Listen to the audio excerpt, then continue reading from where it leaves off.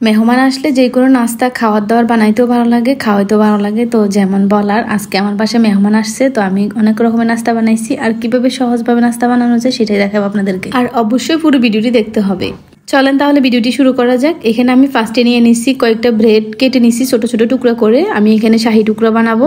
শাহি টুকরাটা বানাইতেও সহজ আর খাইতে খুবই মজা হয়। এটা মেহমানদের সামনে দিলে খুবই সুন্দর লাগে, তাই আমার কাছে বানাইতেও ভালো লাগে। আরেক পাশে চুলায় প্যান বসিয়ে দিয়েছি, দিয়ে দিচ্ছি অল্প পরিমাণ ঘি। আর এখন ব্রেডগুলো ভেজে নিব। একদমই ক্রিস্পি করে ভাজলে তাও বেশি মজা হয়, আর যদি আপনি নর্মাল করে ভাজেন তাহলে এত বেশি মজা হবে না।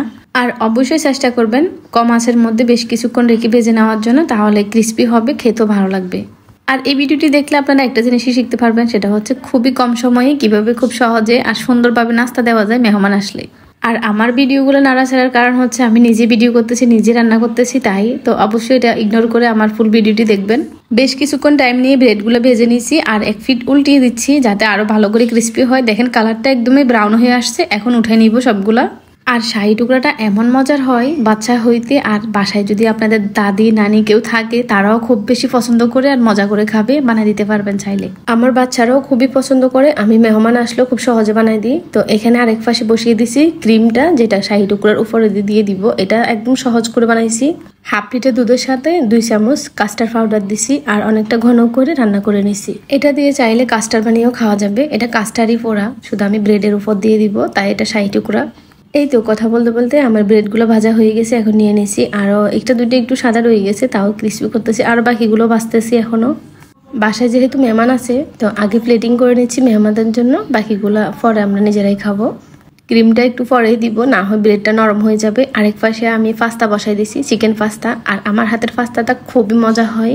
নিজের সুনাম নিজে করতেছি না, আসলে মজা হয়। এটা একদম জুসি হয়েছে আর আসলে অনেক মজা হয়েছিল।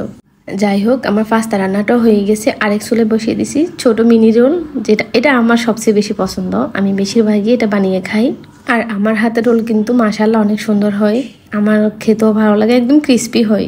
আর আমার আত্মীয় স্বজন সবাই জানে আমার হাতের বানানো রোলগুলো কতটা মজা হয়। তো যারা খেয়েছেন, এই ভিডিওটা দেখতেছেন, অবশ্যই কমেন্ট করে জানাবেন আপনাদের কেমন লাগছিল। এই তো আমার সবকিছু রেডি হয়ে গেছে, সিম্পলের মধ্যে গজিয়াস নাস্তা। সব কিছু রেডি করার পরে ক্রিমটা দিচ্ছি ব্রেডের উপরে, না হয় ব্রেডটা একদমই নরম হয়ে যেত, খাইতে ভালো লাগতো না, একদম ক্রিস্পি পড়তো না মুখে।